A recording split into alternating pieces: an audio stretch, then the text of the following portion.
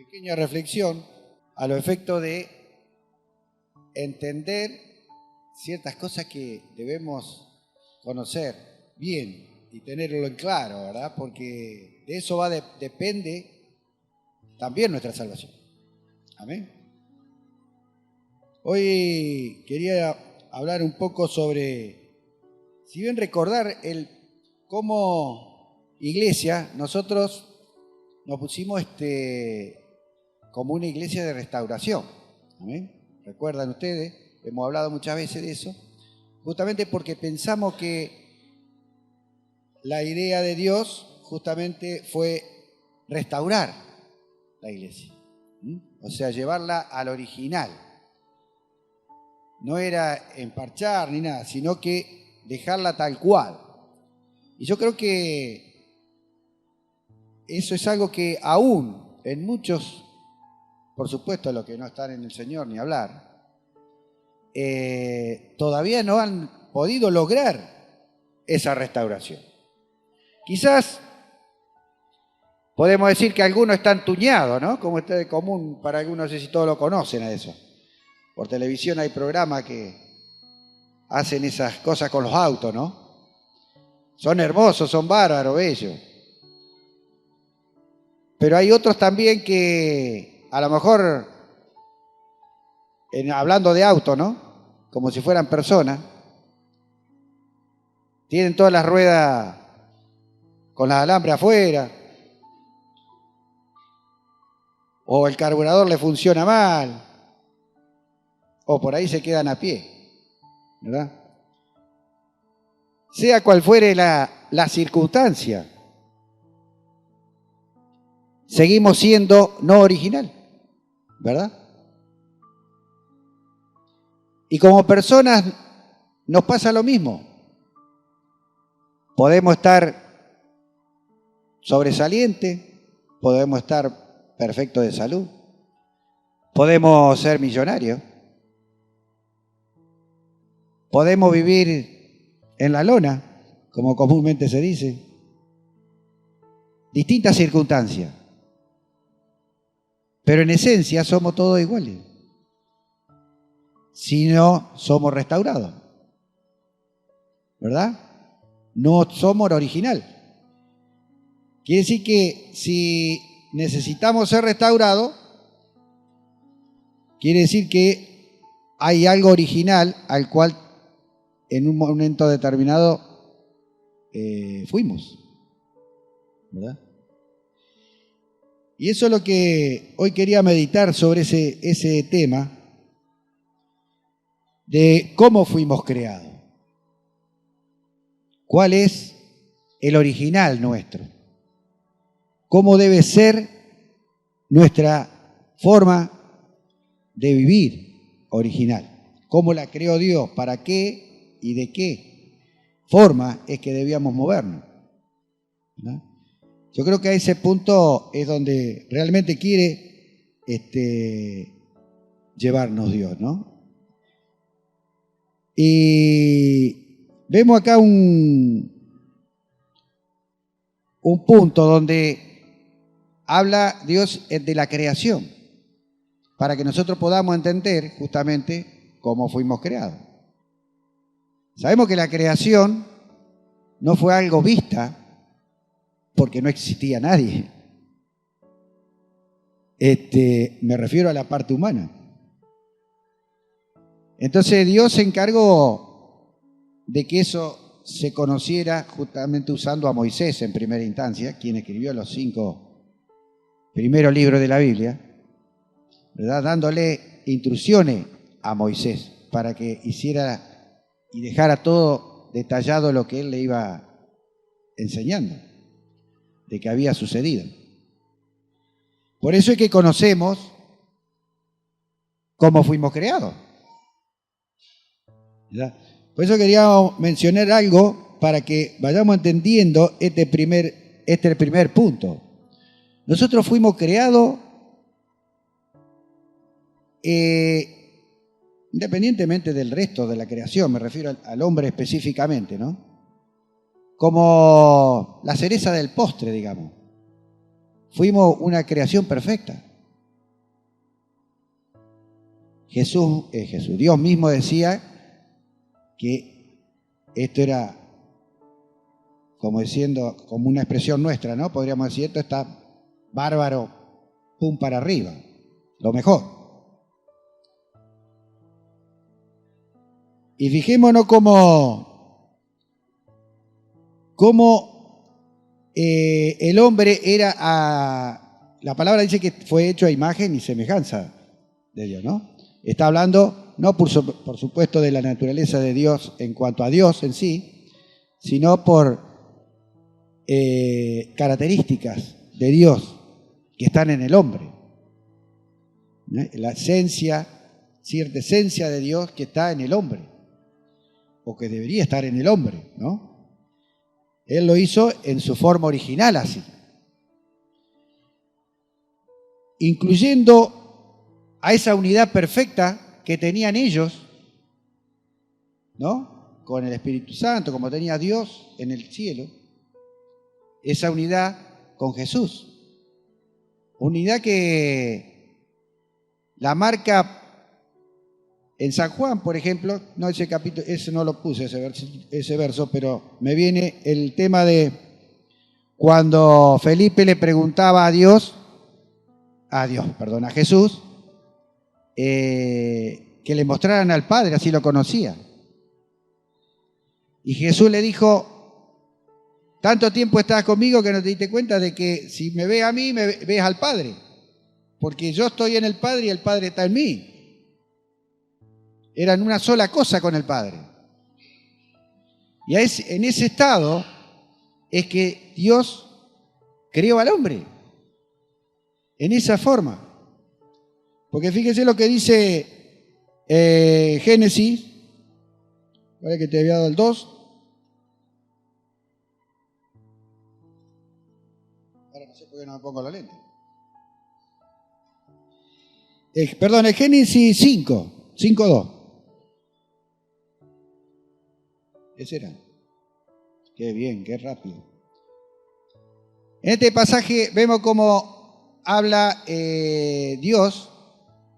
Acá mismo pone que el varón y la hembra lo creó y lo bendijo y llamó el nombre de ellos Adán el día que fueron creados. No dijo que creó a Adán y a Eva, ¿verdad? Sino que dijo que el nombre de ellos, habla plural,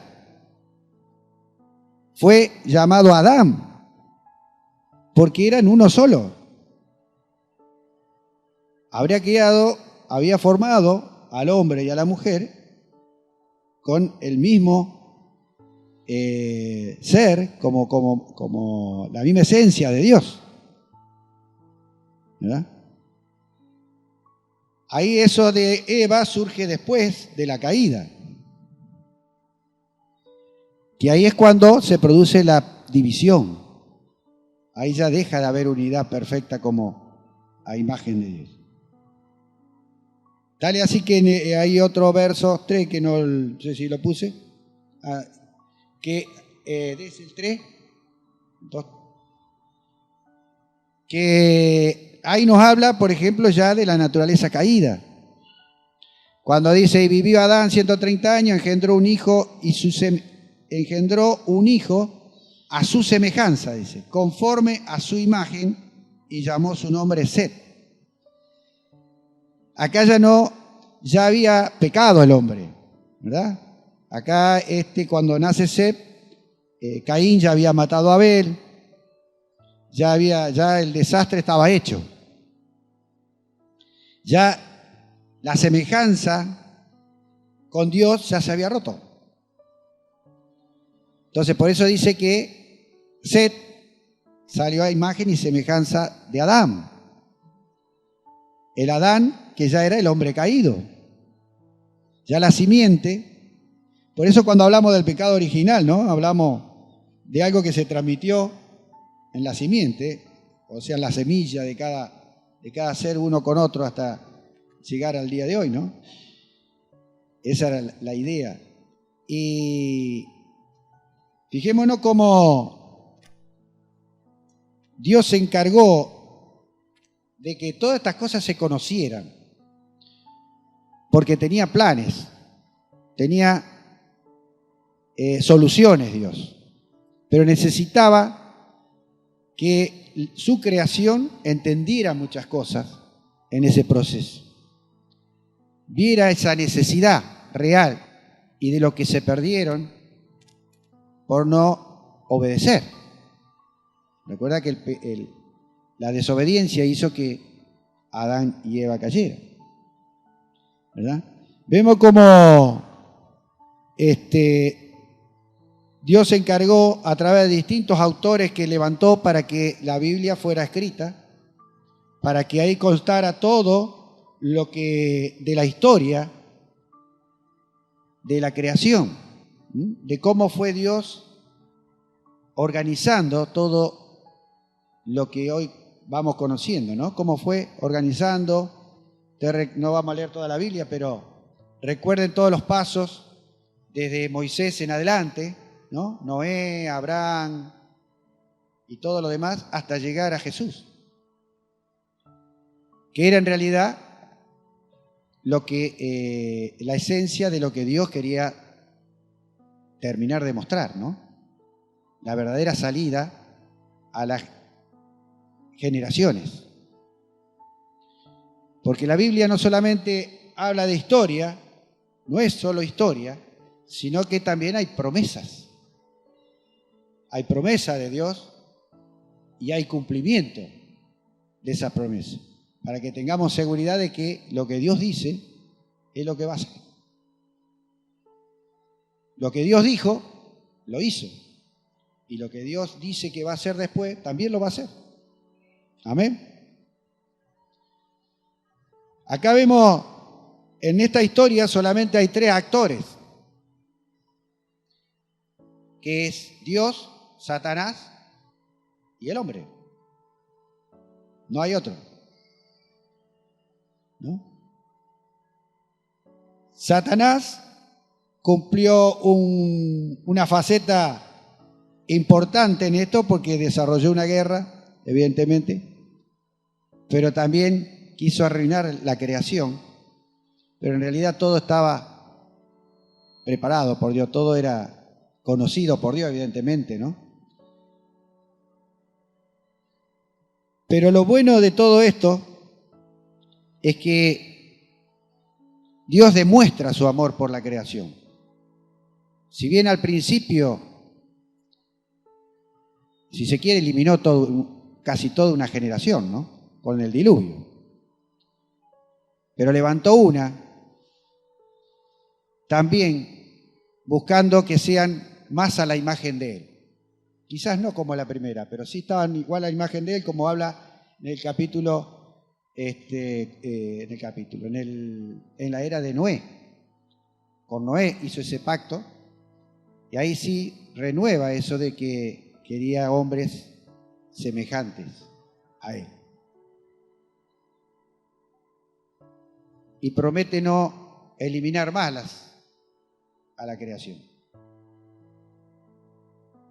Pero el diablo, Satanás, no estaba muerto, ¿verdad? No, aparte era espíritu, así que no muere, pero tampoco estaba ni atado, o sea que seguía, a pesar de haber sido maldecido por Dios, seguía trabajando en la creación, seguía influyendo en la creación, ¿verdad?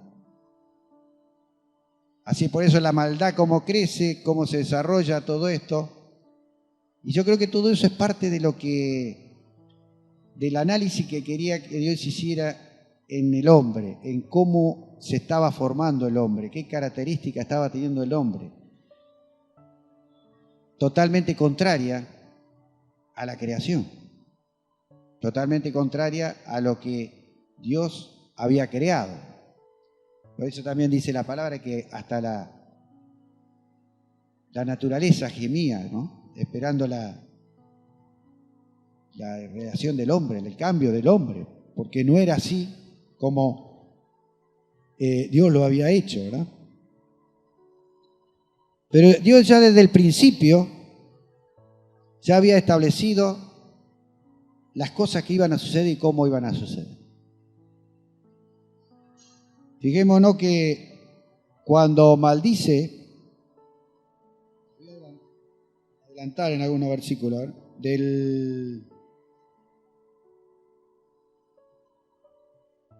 para el Dani, el verso... Me perdí. El Génesis 3, 14, 15. Quiero mostrar algo nomás en el 14, 15 que nos dice, yo para que lo vean, yo lo tengo acá. El Génesis 3, 14 y 15, ¿no? Acá cuando Dios maldice a Satanás por lo que había hecho, ¿no? Trae una maldición, una sentencia.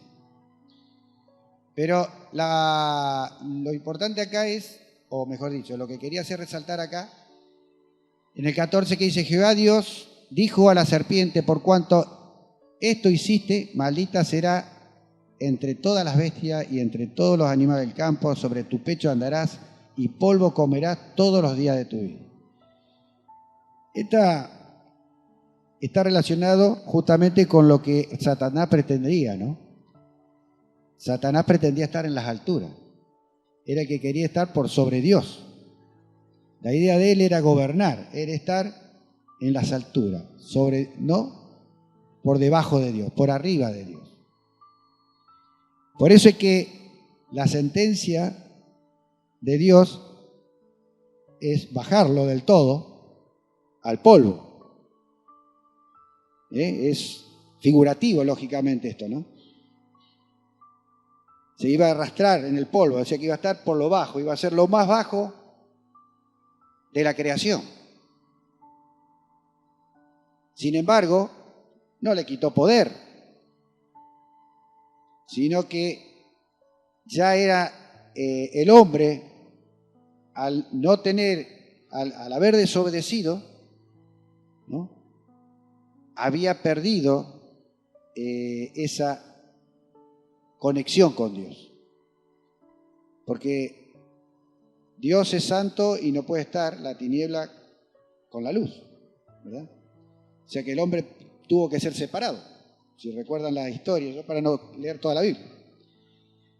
Y en esa situación es que el hombre también estaba en el polvo. Por eso es que la serpiente que representaba a Satanás, podía tomar al hombre, podía aprovecharse del hombre, porque estaba en el mismo nivel. El hombre volvió al polvo, ¿no? Porque cuando Dios creó al hombre, dice que sopló de su espíritu para que tuviera vida. Si no era tierra, era polvo. No tenía la vida, ¿verdad? Dios creó al hombre lo creó un ser espiritual, un ser con la vida del espíritu, no solamente física, sino vida espiritual. Y eso es lo que no pudieron entender, al cual iban a morir si desobedecían. Y era justamente a esa vida espiritual, a ese plus que Dios le estaba dando al hombre. O sea que solo quedó polvo. Y la serpiente convivía con el hombre, ¿no? Figurativamente hablando. O sea que Satanás se mantuvo con el hombre. Por eso es que la maldad siguió multiplicándose. Por eso la maldad siguió avanzando, ¿verdad? Pero había una sentencia también, que ya estaba desde el principio, pero se tenía que dar el tiempo que era Cristo. Fijémonos lo que dice el 15. Y pondré enemistad entre ti y la mujer, entre tu simiente y la simiente suya. Esta te herirá en la cabeza y tú le herirás en el calcañar. Estamos viendo que calcañar son los talones, ¿no? Porque la víbora, Satanás estaba allá abajo, no podía estar a la altura de la otra semilla, ¿no? Una de las semillas de Satanás se entiende porque hablan de simiente, digamos, es la genealogía, está hablando de genealogía, por eso cuando habla de la simiente de la mujer está hablando de Cristo, ¿no? Está hablando del nacimiento de Cristo. Entonces dice que esa simiente de la mujer es la que le iba a dar en la cabeza, iba a derrotar a la serpiente. Era Cristo. Ya había una sentencia hecha ya desde el principio. Por eso hoy nosotros vivimos un tiempo que debemos entender de que el diablo no está muerto, Satanás no está muerto, pero sí está vencido. ¿Ya? Pero ¿cómo entendemos nosotros o cómo nos tomamos nosotros de alguien que no está muerto, pero está vencido? Quiere decir que lo tenemos ahí. Porque sigue estando en el polvo, sigue estando en la tierra, sigue estando entre los seres. Y justamente está en de entender este golpe que vino a través del sacrificio de Jesús. Este vencer está relacionado con lo que Jesús hizo en la cruz, evidentemente. Pero para que nosotros nos tomemos de esta victoria, está en el creer. Yo debo creer. Pero el creer, ese creer, es creer en Jesús, de que Jesús lo hizo y que yo lo recibí, ¿verdad? Que yo lo recibí. Pero ese creer, que es la fe en lo que Dios hizo, tiene que tener fruto. Por eso dice que la fe sin obra es muerta. ¿Por qué muchas veces tenemos tantas situaciones difíciles que no significa que no la tengamos, ¿no? Pero, porque la palabra dice que en estos tiempos tenemos los problemas, pero la ventaja es que tenemos la salida. No dice que no vamos a tener problemas, de que nadie va a tener problemas, de que nadie la va a pasar mal, que nadie... Eso es una mentira. No ocurre así. A unos más, a otros menos, pero siempre algo nos pasa. Pero nos pasa porque justamente nos descuidamos, porque no estamos totalmente conscientes de lo que Jesús hizo y lo que Jesús nos dejó y cómo podemos cada vez estar más victoriosos delante del enemigo. Y una de las cosas, voy a adelantar para hacerlo más rápido, la podemos ver, por ejemplo, en Juan 6:33, a ver.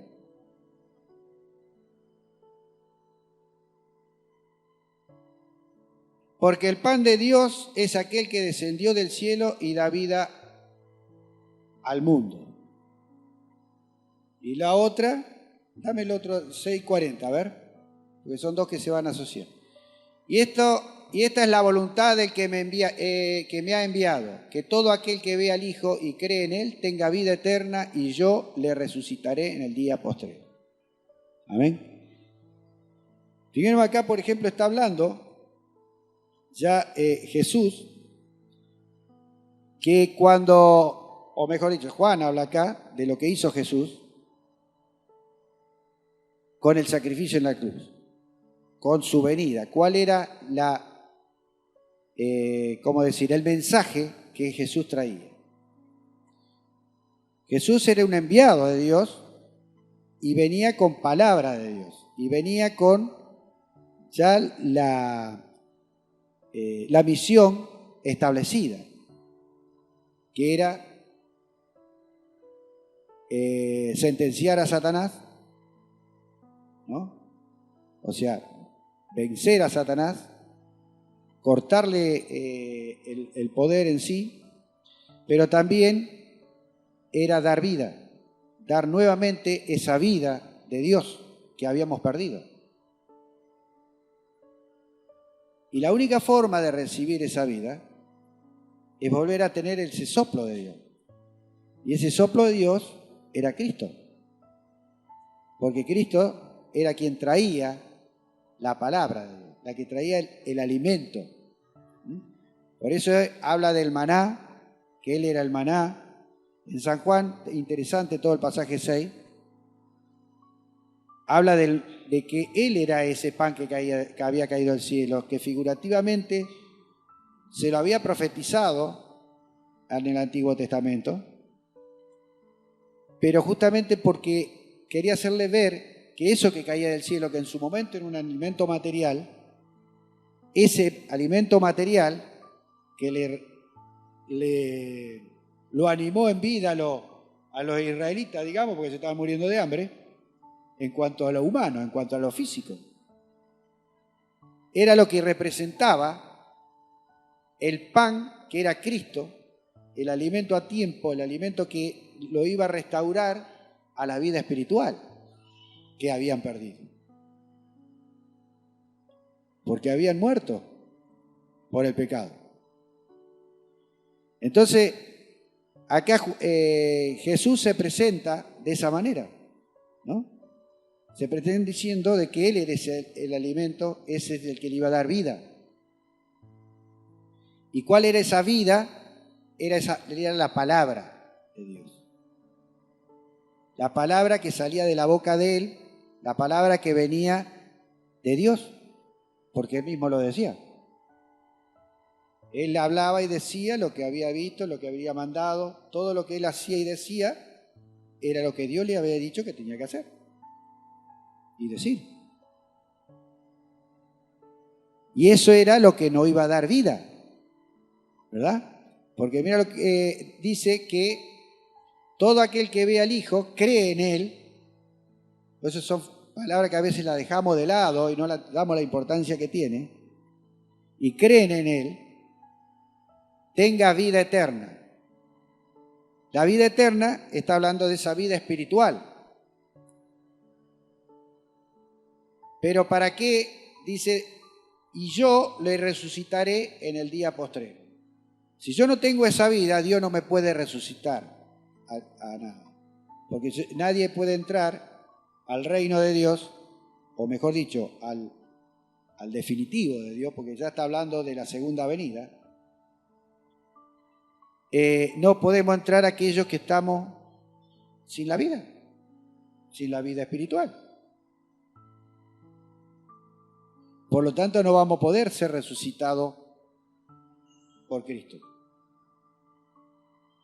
Por eso es importante entender que yo tengo que hoy buscar esa vida espiritual. Tengo que pretender esa vida espiritual, querer esa vida espiritual. Porque si no, seguiré en el polvo y no podré ser resucitado. Por eso es importante que entendamos que la única forma de tener vida es a través de que la palabra entre en nuestra mente y en nuestro corazón, y es el que va a poner vida en nosotros. Fíjense lo que dice el otro de Juan, a ver.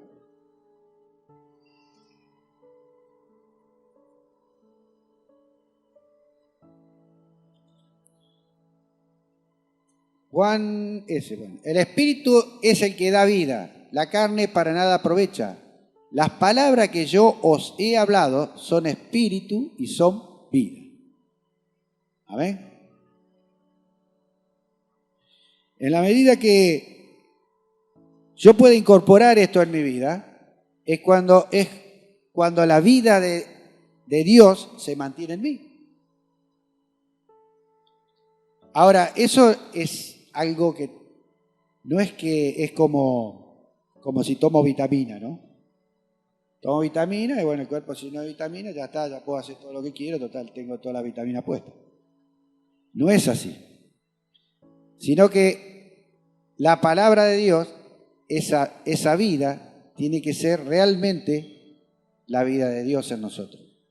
Quiere decir que Dios va a medir eso. Por eso la Biblia también habla de la balanza, ¿no? Que Dios va a venir a pesar nuestras acciones. ¿Cómo estamos accionando? ¿Cómo estamos viviendo? ¿Estamos viviendo conforme a la palabra? Entonces tenemos vida. Si no estamos viviendo conforme a la palabra, no tenemos vida. Y ese es el análisis que yo me tengo que hacer. Porque no está la vida de Cristo en mí. Si yo soy un mentiroso, si yo hago un montón de cosas que no tengo que hacer, no puede estar la palabra de Dios ahí. No puede estar la vida de Dios ahí. Por eso esto es algo que tiene que ser continuo. Por eso la palabra habla del pan, del alimento a tiempo, del alimento que los israelitas lo recibían todos los días. Nosotros la palabra la tenemos que masticar todos los días, para que esté siempre en nosotros, para que no nos olvidemos, para que sea el escudo a cualquier acechanza del enemigo. A que sepamos cómo vamos a actuar en función a las distintas circunstancias que nos toca vivir. Malas o buenas. Porque las buenas a veces también nos sacan. ¿Verdad? Y muchas veces tenemos este dicho, ¿no? De que yo vivo mi vida. Está bien. Dios no dice que no vivas tu vida. Pero eso no significa que sea la vida de Dios. Te falta la de Dios, entonces. Sin embargo, en la vida de Dios es mucho más completa cuando nosotros seguimos la vida de Dios, porque Dios nos creó, ¿no es cierto?, con su vida, pero también tenía nuestra vida. Teníamos la libertad, pero teníamos que caminar nuestra vida dentro de la vida de Dios. Nuestra vida humana dentro de la vida espiritual. Si nos vamos a Génesis, en la creación, ¿verdad? Vemos cómo Dios hizo al hombre, a la mujer, bueno, completó todo el panorama, digamos, y los puso en el Edén, a que hicieran y deshicieran, hicieran la vida como tenían que hacerla, y Dios no estaba encima de ellos todo el tiempo. Dios no lo perseguía con una picana, ¿verdad? Ellos vivían una vida, pero dentro de la vida de Dios. Y Dios lo visitaba y compartían todos los días, ¿verdad? Y ellos trabajaban, porque Dios no lo hizo vago. Ellos tenían que cuidar el Edén que Dios le dijo. Pero tenían que tener esa vida con Dios. Hoy, el hecho de que vivamos nuestra vida, generalmente es vivirla fuera de Dios. Y no estoy hablando de que estamos cometiendo pecado, estoy hablando de la vida natural de cualquier persona. Nos olvidamos de Dios. Por eso es que cuando nos toca atravesar alguna circunstancia, sale de nosotros la vieja naturaleza. Porque todavía no estamos bien metidos en lo que es esa vida que Dios nos quiere dar. Porque la palabra no está en nosotros como debería estar. Quiere decir que tenemos que seguir comiendo más. Necesitamos más alimento. Necesitamos más vitamina, si lo traducimos a nuestra vida, figurativamente. Y a esa idea es que quiere llevarnos Dios para que podamos entender cómo vivir como hijos de Dios en esta tierra, en este momento. Y es una forma también de transmitir a Cristo.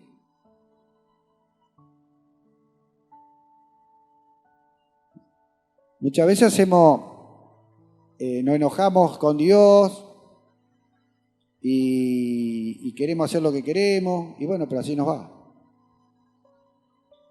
Así vienen las consecuencias, así vienen los problemas, así vienen cosas graves muchas veces.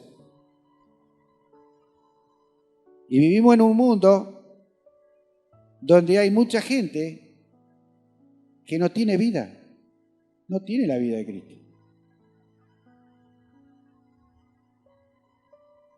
Dentro de la iglesia y fuera de la iglesia ni hablar, porque nadie quiere saber nada con Dios, ¿verdad? O sea, en su ignorancia muchas veces piensa que están en Dios, pero los hechos cuentan, ¿verdad? Por eso la palabra también dice que si no hay obra, no quiere decir que vamos a ser salvos por obra, pero sí, si no hay obra quiere decir que no hay fe. Y nosotros somos salvos por fe. Pero tienen que verse la obra, porque Dios lo que hace es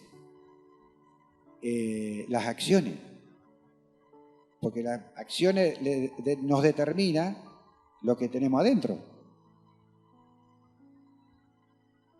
Entonces, según cómo acciono, es quien me maneja, a quién le estoy haciendo caso. Entonces, eso es algo que yo tengo que empezar a meditar. Por eso digo que es una reflexión cortita que quería hacer, pero con fundamento para que podamos entender cómo nos tenemos que mover y a qué le tenemos que dar prioridad. ¿Y cómo puedo yo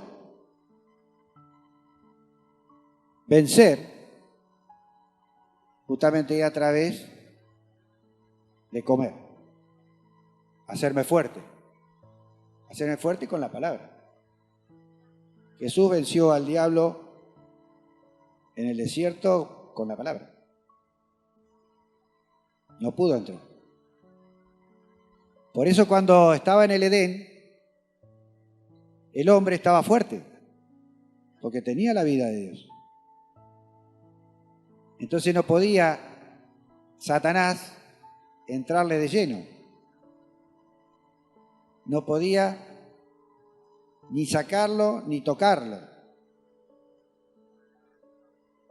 Pero sí podía hacer de que el hombre hiciera lo que no tenía que hacer, porque tenía la libertad que Satanás no tenía.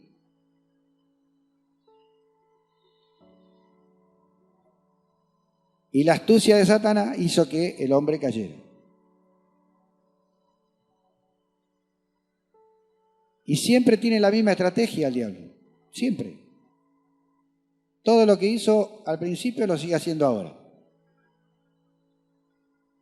Por eso vemos muchos hermanos confundidos, muchos hermanos que a lo mejor se enojan, se van, vienen, hacen cosas que no tienen que hacer.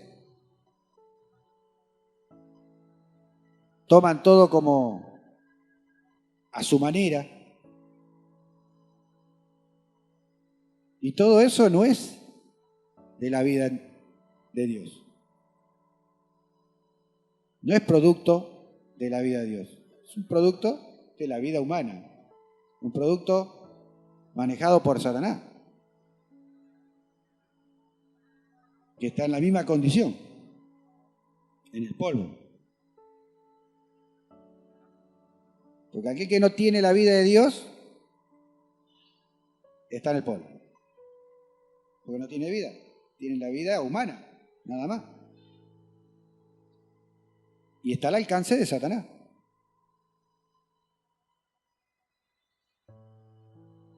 Entonces yo elijo. Dios me hace libre, yo entendí, pero ahora tengo que seguir. No basta con tener esa libertad.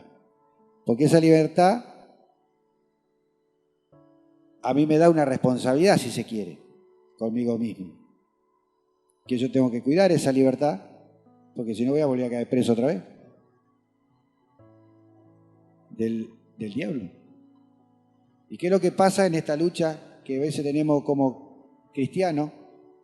porque no usamos, digamos, la mente, el raciocinio, que nos diferencia de los animales.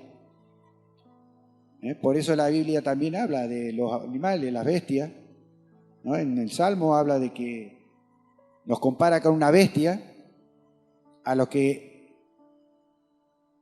no discernimos la palabra de Dios. Nos compara como una bestia, como si somos bestias, porque las bestias no tienen raciocinio. Es fuerte esa palabra, pero es la verdad, lo dice la Biblia. Entonces nosotros tenemos que entender que la única herramienta que Dios dejó está acá.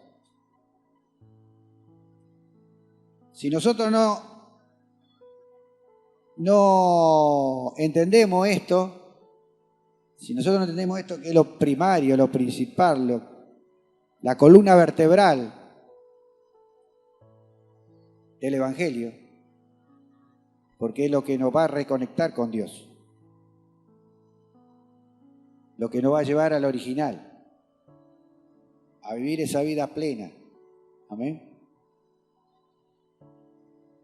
Pero eso está en nosotros. Se nos van a ver ir de nosotros un montón de cosas si nosotros logramos entender, porque una cosa es que lo vea, lo conozca, y otra cosa es que yo lo entienda, que lo asimile y lo lleve adentro. ¿No?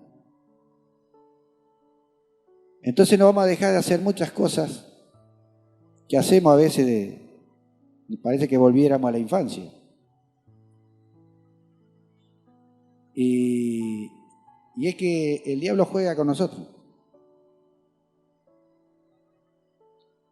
Se rompen relaciones, se rompen unidades, sufrimos con un montón de consecuencias de todo tipo emocionales. Todo eso se mejoraría si entenderíamos esta parte. Que tenemos que aprender. Fíjate, ahí San Juan sería bueno que lo lean todo el capítulo 6, está muy, muy lindo, muy interesante. Y ese nos lleva realmente a comer de la verdad. A comer de la verdad y poder tener realmente la fuerza necesaria para poder vencer, para ser victorioso. Por eso la palabra dice, somos más que victoriosos con Cristo. Cristo en mí me hace victorioso. Y la única forma de tener Cristo en mí es cuando la palabra está en mí. Porque Él era la palabra. Él es el camino. Si no, ¿cómo vamos a llegar a esa vida eterna si no lo vemos así? San Juan 14, ¿qué dice? Nadie viene al Padre si no es por mí.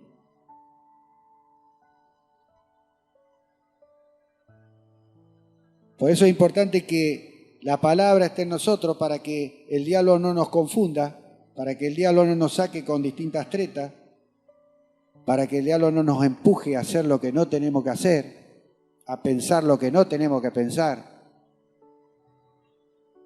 ¿verdad? Y lógicamente actuar como no debemos actuar. Y eso nos demora, nos atrasa, nos arruina, y vivimos mal. Cuando dice que debemos vivir de gozo en gozo.